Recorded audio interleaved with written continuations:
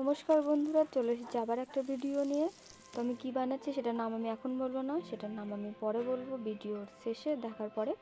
তো প্রথমে একটা কড়াইয়ের মধ্যে তেল নিয়ে নিয়েছি, সর্ষের তেলটা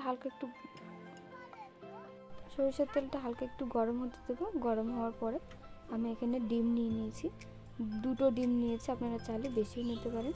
এটা কিন্তু শীতের সময় ভীষণ ভালো লাগে আপনার।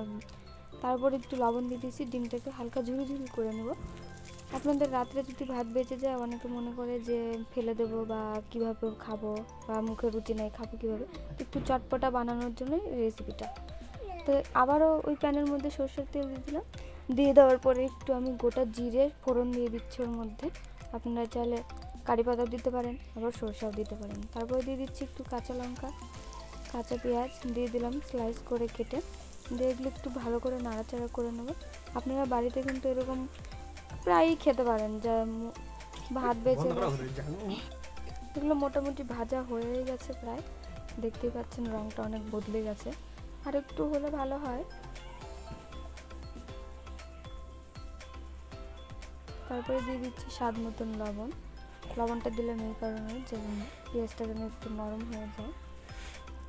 তারপরে রাত্রের যে ভাতটা বেঁচে গেছে ওই ভাতটা দিয়ে দিলাম আমি।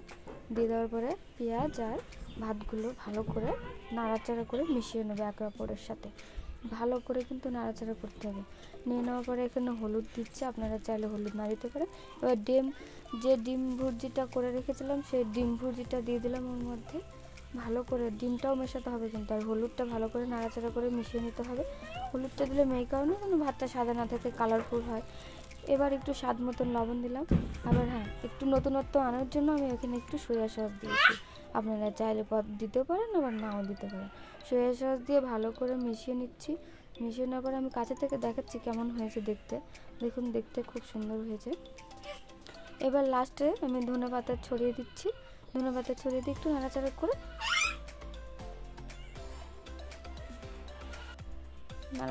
এবার আগে থেকে সেদ্ধ করে রাখা আমি ডিমগুলো ভালো করে গোল গোল করে কেটে দেখুন সাজিয়েছি। এবার নিব আর সুন্দরভাবে